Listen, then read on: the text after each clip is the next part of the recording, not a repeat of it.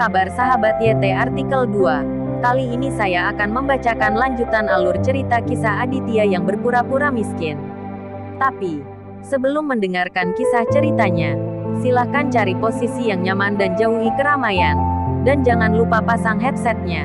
Dan inilah alur cerita kisah Aditya anak bos besar yang berpura-pura miskin. Episode 118.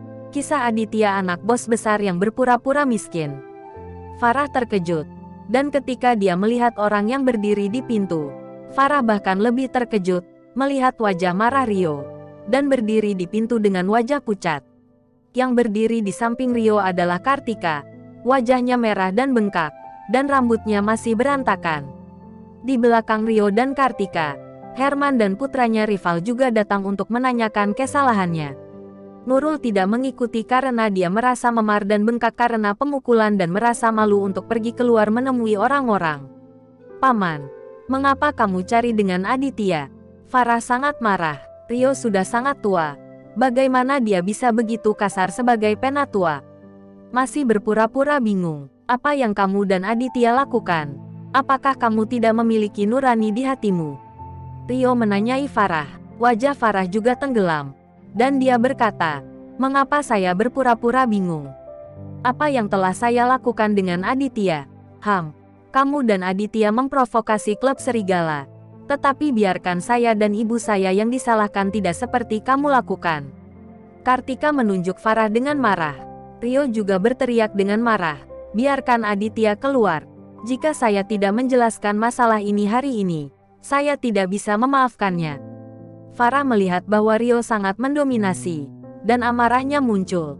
"Paman, kamu tidak perlu membuat keributan di sini. Jika bukan karena Aditya dan aku yang menyelamatkan Kartika dan Bibi, apakah mereka bisa kembali atau tidak?"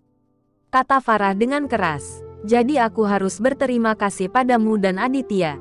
Dia adalah satu-satunya pria yang hadir saat itu. Dia tidak melindungi Kartika dan bibimu. Itu adalah ketidakmampuannya. Sampah adalah sampah." Rio cemberut saat dia berbicara. "Bukankah, jika kamu tidak memiliki kemampuan, jangan memprovokasi klub serigala.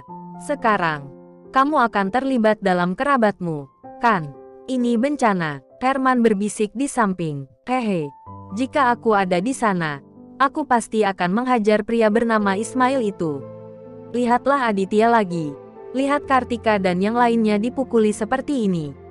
Rival cemberut dan tersenyum. Farah sangat marah sehingga dadanya berkedut dan dia berkata, "Grup serigala yang akan mengalahkan mereka, bukan Aditya.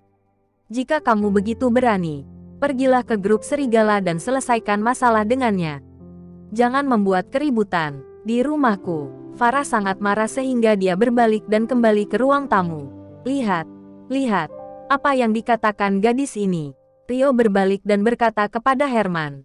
Dahlia tidak tahu apa yang sedang terjadi. Dia tercengang di ruang tamu.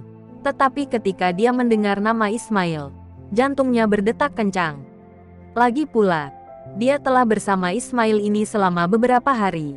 Dan sangat tertipu. Dia tidak bisa memberitahu kerabatnya tentang skandal semacam ini. Dahlia berjalan dengan terpelintir. Dan berkata kepada Rio dan yang lainnya, "Mengapa kamu berdebat? Jika kamu memiliki sesuatu untuk dikatakan di ruangan itu, jangan biarkan tetangga tertawa." Penampilan. Berteriak-teriak untuk membiarkan Aditya keluar. Aditya mendengar gerakan di luar dan berjalan keluar dari ruangan. Lihatlah Aditya keluar. Sepertinya telah melihat musuhnya. Datang dan menunjuk Aditya dan meraung. "Kamu bilang kamu masih punya keberanian. Bibimu dan Kartika dipukuli. Dan kamu tidak membantu mereka." Aditya memandang Rio dengan dingin. Dan berkata dengan tenang, "Jika aku tidak membantu mereka, apakah menurutmu mereka akan kembali?" Mereka dipukuli seperti ini berarti kamu tidak berguna." Rio mendengus. "Kamu bisa menggunakan kekuatanmu. Mereka dipukuli oleh Ismail. Kamu bisa meminta Ismail untuk bertarung 1 lawan 1. Kata Aditya, sangat marah. Tapi dia tidak bisa berkata-kata. Biarkan dia berhadapan langsung dengan Ismail. Bagaimana dia bisa memiliki keberanian untuk bersikap galak terhadap Aditya?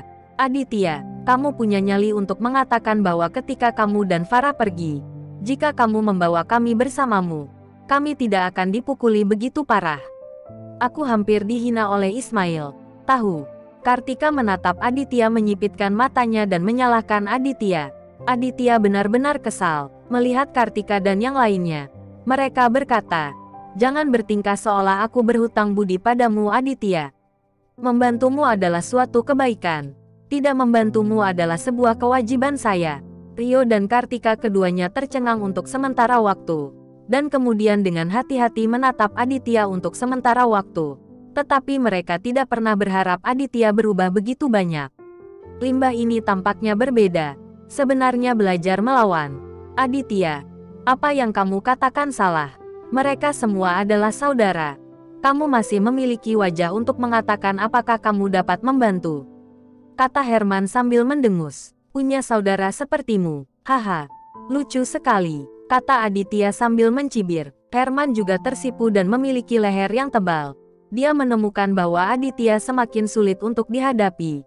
Dia tidak berguna seperti sebelumnya. Haha. Tidak ada gunanya mengatakan itu. Lemah adalah lemah. Kurasa kakimu lemah ketika kamu melihat orang-orang dari klub serigala, kan? Rival tertawa dan menatap Aditya. Ya, Anda juga layak menjadi seorang pria. Anda tidak memiliki darah sama sekali. Rio bersenandung menghina. Apakah kamu sudah selesai? Jika ada yang berpikir mereka memiliki kemampuan, mereka akan bertarung dengan klub serigala darah dan melampiaskan kemarahan mereka pada Kartika dan Bibi. Farah tidak bisa mendengarkan lagi, dan berkata dengan keras kepada Rio dan yang lainnya. Rio dan yang lainnya semua cemberut, terlihat sangat menghina. Jika aku ada di sana pada saat itu aku sudah memberi pelajaran pada Ismail itu, kata Rio membual. Rival juga bersemangat, dan berkata, jika saya ada di sana, saya akan baik-baik saja. Saya bisa menyiksa Ismail menjadi seekor anjing. Sungguh sia-sia. Melihat Kartika diganggu, Farah menggigit bibirnya dengan marah. Apakah hal-hal ini? Berbicara besar. Yang satu lebih kuat dari yang lain. Aditya menepuk pundak Farah. Farah, kamu tidak boleh marah pada mereka. Setelah berbicara, Aditya mengeluarkan ponselnya dan menelepon Dilan. Apakah kamu memiliki informasi kontak Ismail? Telepon dan minta anak itu menunggu di pintu masuk Taman Rakyat. Baik, Tuan Aditya. Saya akan memberi tahu Ismail sekarang, jawab Dilan. Aditya menutup telepon dan memandang Rival dan Rio. Mereka menjadi jauh lebih baik dalam sekejap, tidak sombong seperti sebelumnya. Segera Ismail akan berada di gerbang Taman Rakyat. Jika kalian memiliki kemampuan, pergi dan aniaya dia, kata Aditya kepada Rival dan Rio. Rio membuka mulutnya dan menjadi jauh lebih berbeda. Rival juga mengecilkan lehernya, bahkan tidak mengeluarkan suara, akan menyalahgunakan tuan muda Ismail dari klub serigala. Bagi Rival dan Rio, itu hanyalah bunuh diri.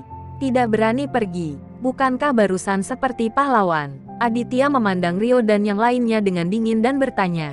Rio dan Rival seperti orang bodoh, benar-benar layu. Herman tidak lagi berbunyi.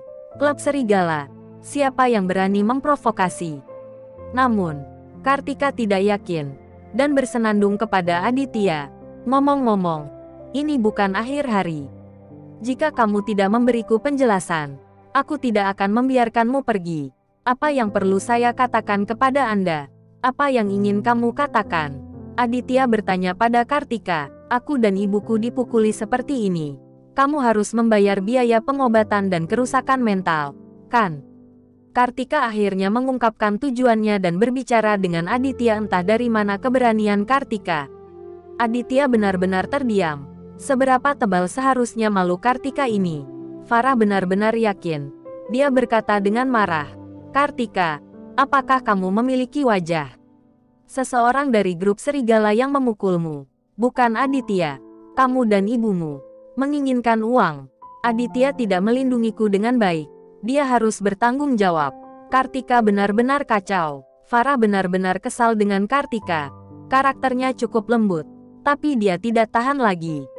Kalian semua pergi. Farah menunjuk Kartika dan yang lainnya dan berteriak keras. Dahlia juga merasa bahwa Kartika terlalu tidak masuk akal untuk membuat masalah.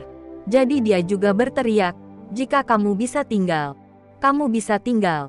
Dan jika kamu tidak bisa, pergilah. Kamu tidak diterima, kamu mengusir kami. Saya beritahu kamu Farah, jika Aditya tidak membayar saya 400 juta, saya akan membuat masalah di rumahmu setiap hari." Kartika mengancam Farah. Farah memandang Aditya.